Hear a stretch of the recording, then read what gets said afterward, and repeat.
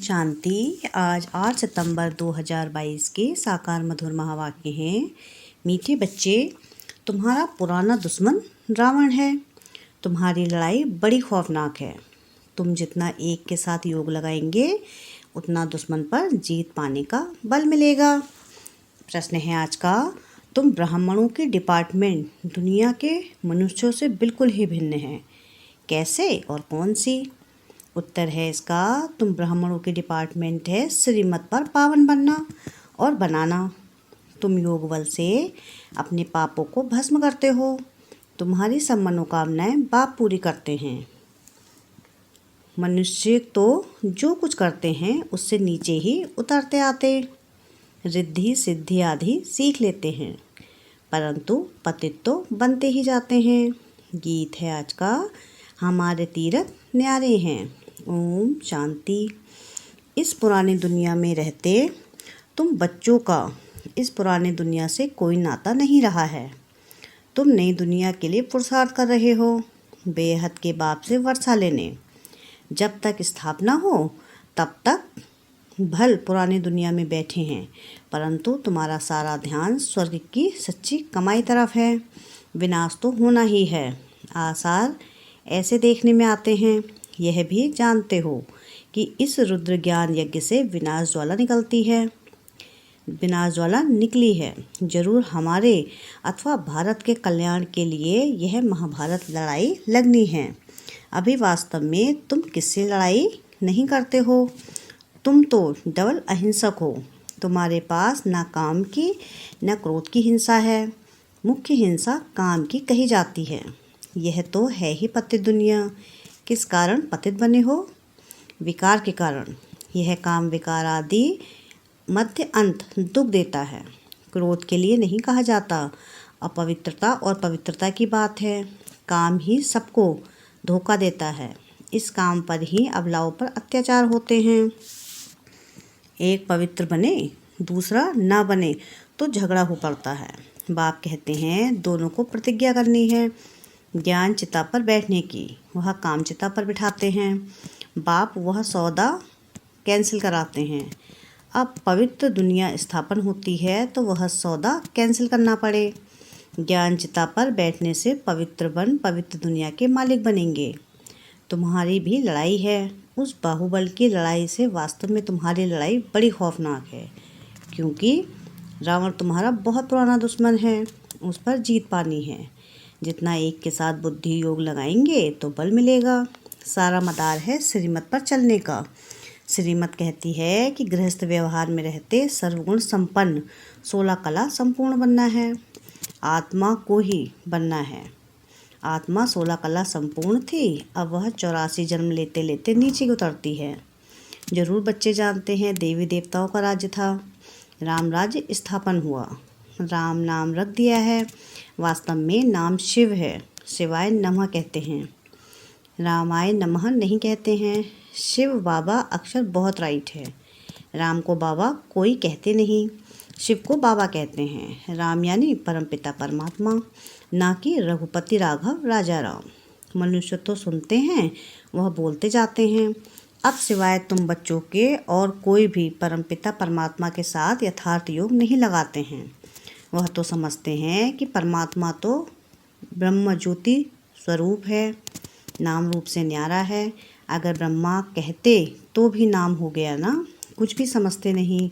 बाप कहते हैं मैं ज्ञान का सागर हूँ, मैं अति सूक्ष्म हूँ। इससे सूक्ष्म कोई चीज़ होती नहीं है। अति सूक्ष्म है। जैसे झाड़ का बीज सूक्ष्म होता है, देखने में कितना छोटा है। मनुष्य सृष्टि का बीज तो सबसे सूक्ष्म है। सबसे छोटी खसखस होती है, बहुत पतली होती है। उनके झाड़ बहुत बड़े बड़े होते हैं। तो परमपिता परमात्मा तो उनसे भी अति सूक्ष्म बिंदी है। बाप कहते हैं मैं जो हूँ जैसा हूँ इस रीति तुम्हारे में भी नंबरवार जानते हैं। कोटों में कोई ही इस राज को समझते हैं। शिव बाबा जैसी महिमा और कोई भी मनुष्य आत्मा की नहीं हो सकती। कैसे आकर पतित दुनिया को पावन बनाते हैं। सम्मुख आकर बच्चों को पढ़ाते हैं। कुछ भी जानते नहीं हैं। न मुझे जानते हैं न चक्र को जानते हैं। अभी तुम नंबरवार पुरुषार्थ अनुसार जानते हो। तुम्हारा इस पुरानी दुनिया की बातों से ताल्लुक नहीं है। मनुष्य तो घोर अंधियारे में है, उनका तो धंधा ही है अपना, तुम्हारा धंधा अपना है। तुम हो गए गुप्त योग बल की सेना, वह है बाहुबल की सेना। उनको तुम जानते हो, तुमको कोई नहीं जानते। वो लोग साइंसदान यानी स्टार पर जाने की कोशिश करते हैं। देखा है तो समझते हैं हम क्यों नहीं जा सकते, हम समुद्र का अंत क्यों नहीं पा सकते, इसलिए पुरुषार्थ करते हैं। बाकी जो इन आँखों से नहीं देखा जा सकता, उनका पुरुषार्थ कर नहीं सकते। उनकी बुद्धि में तो स्थूल चीज़ें आती हैं, उनके लिए पुरुषार्थ करते हैं। सूक्ष्म से सूक्ष्म परमात्मा को तो जानते ही नहीं हैं, खुद ही आकर बच्चों को अपना परिचय देते हैं। तुमने चित्र बड़ा ज्योतिर्लिंगम बनाया है, तो तुम्हारी बुद्धि में भी वह आता है। बाप बच्चों को समझाते रहते हैं कि जैसे बाप की गतिमत न्यारी है, वैसे तुम्हारी सदगति की मत सारी दुनिया से न्यारी है। तुम्हारा और कोई बात से ताल्लुक़ नहीं है। तुम बच्चे ब्राह्मण बने हो, ब्राह्मणों का विस्तार तो कुछ है नहीं।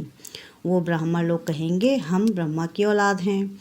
ब्रह्मा तो हुआ प्रजापिता, उनका बाप कौन, वह तो कोई जानते नहीं। वह तो त्रिमूर्ति ब्रह्मा कह देते हैं। ब्रह्मा के 3 रूप कैसे हो सकते हैं? यह तो 3 देवताएं हैं, तीनों की क्वालिटी अलग है। रचनाएं तो एक ही शिव है, रचयिता तो एक ही शिव है। हम सब उनकी रचना वहाँ रहने वाली हैं। ऊंच से ऊंच बाप ही सुप्रीम सोल है। सुप्रीम सोल एक निराकार बाप को कहा जाता है। ऐसे नहीं कि वह भी निराकार परमात्मा और हम आत्माएं भी निराकार, सब एक ही हैं, सब उनके ही रूप हैं। नहीं, बाप अलग है, बच्चे अलग हैं। तुमको बाप ने नॉलेज दी है।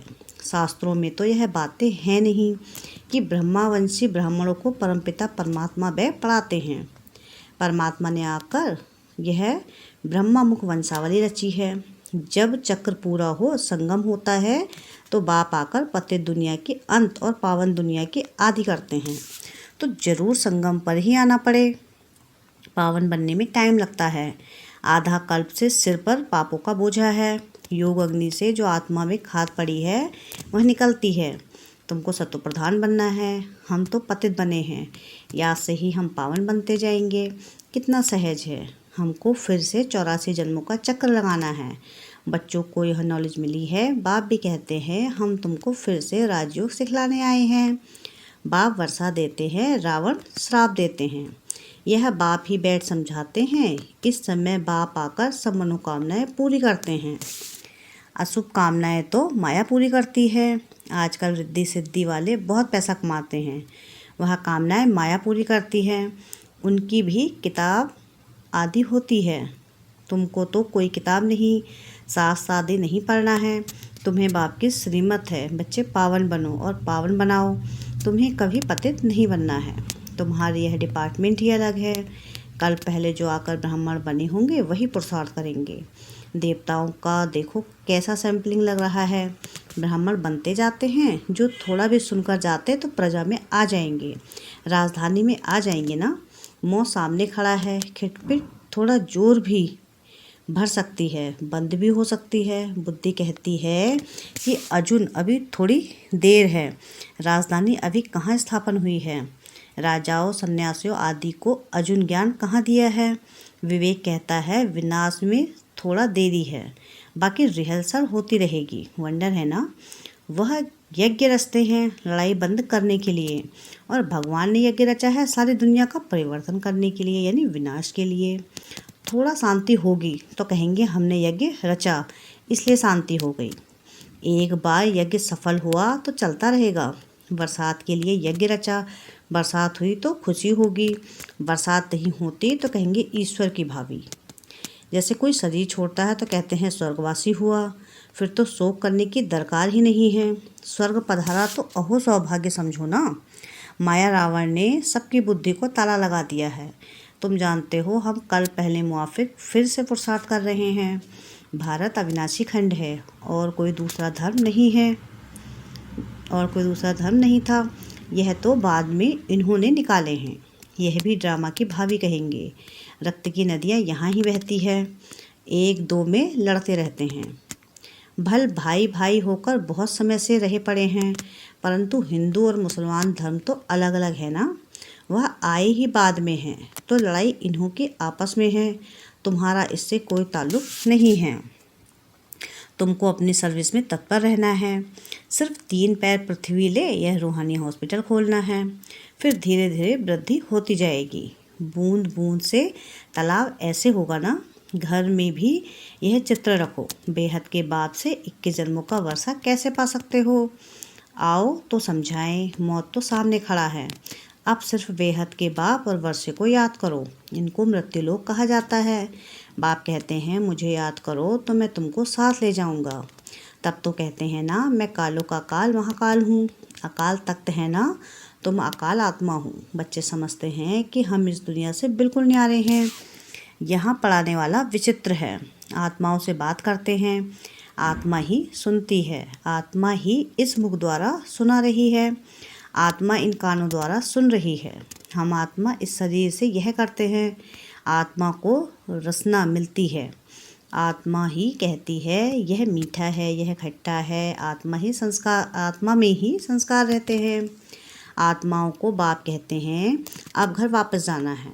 तुमने 84 जन्म लिए हैं, अब यह शरीर छोड़ना है, इनसे ममत्व निकालना है। सर्प भी ममत्व नहीं रखता है, पुरानी खाल छोड़ नहीं ले लेते हैं। तुम्हारी भी यह पुरानी खाल है, इसको ऐसे ही छोड़ देना है। भ्रमरी का भी मिसाल तुम्हारे से लगता है। वास्तव में सन्यासी यह मिसाल दे नहीं सकते। इस पतित दुनिया में सब विकारी कीड़े हैं। तुम ब्राह्मणियाँ उन्हों को भू भू कर पतितों से पावन बनाती हो। कहती हो शिव बाबा को याद करो। मनुष्य को देवता बनाने की जादूगरी है। जादूगर, सौदागर, रत्नागर, यह सब उनके नाम हैं। अच्छा, बच्चों को समझाते तो बहुत हैं, फिर भी कहते हैं बाप और वर्षे को याद करो। बाप कहते हैं अगर तुम एक बार मुझ पर बलिहार जाएंगे तो मैं 21 बार तुम पर बलिहार जाऊंगा। यह सौदा तो अच्छा है ना। शिव बाबा तो दाता है। तुमको युक्ति बतलाएंगे कि ममत्व कैसे निकालो। ग्रस्त व्यवहार में रहते श्रीमत पर चलो। इसमें पवित्रता है फर्स्ट। यह रूहानी यात्रा है, सारा मदार यात्रा पर है। मनुष्य तो ढेर के ढेर जिस्मानी यात्राएं करते हैं, तुम्हारी एक ही रूहानी यात्रा है। तो रूह बैठ रूह को सिखलाते हैं। इसमें सारी बुद्धि की बात है। तुम बच्चों के पास दुख आ नहीं सकता। तुम जानते हो इतना बड़ा विनाश हमारे लिए हो रहा है, तो तुम्हें अंदर में हास यानी दुख नहीं आ सकता। अगर आता है तो कच्चे हैं, ज्ञान की पूरी अवस्था नहीं है। अच्छा, मीठे मीठे सिक्के लदे बच्चों प्रति माता पिता या बाप दादा का याद प्यार और गुड मॉर्निंग।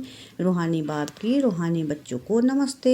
हम रूहानी बच्चों की रूहानी बाप दादा को याद प्यार गुड मॉर्निंग और नमस्ते। शुक्रिया प्यारे बाबा, शुक्रिया। धारणा के लिए मुख्य सार है। पहली पॉइंट है कि शरीर रूपी पुरानी खाल से ममत्व निकाल देना है। बुद्धि से रूहानी यात्रा पर तत्पर रहना है। सेकंड पॉइंट है पुरानी दुनिया की किसी भी बात से ताल्लुक ना रख। ज्ञान चिता पर बैठ पावन बन बाप से पूरा वर्षा लेना है। वरदान है आज का कि पवित्रता की श्रेष्ठता को धारण कर सदा शुभ कार्य करने वाले पुरुषोत्तम व विशेष आत्मा भव। साधारण आत्माएं जब पवित्रता को धारण करती हैं तो महान आत्मा कहलाती हैं। पवित्रता ही श्रेष्ठता है, पवित्रता ही पूज्य है। ब्राह्मणों की पवित्रता का ही ज्ञान है। कोई भी शुभ कार्य होगा तो ब्राह्मणों से ही कराएंगे। वैसे तो नामधारी ब्राह्मण बहुत हैं, लेकिन आप जैसा नाम वैसा काम करने वाली विशेष आत्मा हो। साधारण कर्म भी बाप की याद में रह करते हो, विशेष हो जाता है। इसलिए ऐसे विशेष कर्म करने वाली पुरुषोत्तम व विशेष आत्माएं हो। स्लोगन है आज का कि स्वयं द्वारा सर्व आत्माओं को सुख की अनुभूति कराना ही मास्टर सुखदाता बनना है। क्या है स्लोगन आज का? कि स्वयं द्वारा सर्व आत्माओं को सुख की अनुभूति कराना ही मास्टर सुखदाता बनना है। अच्छा, ओम शांति।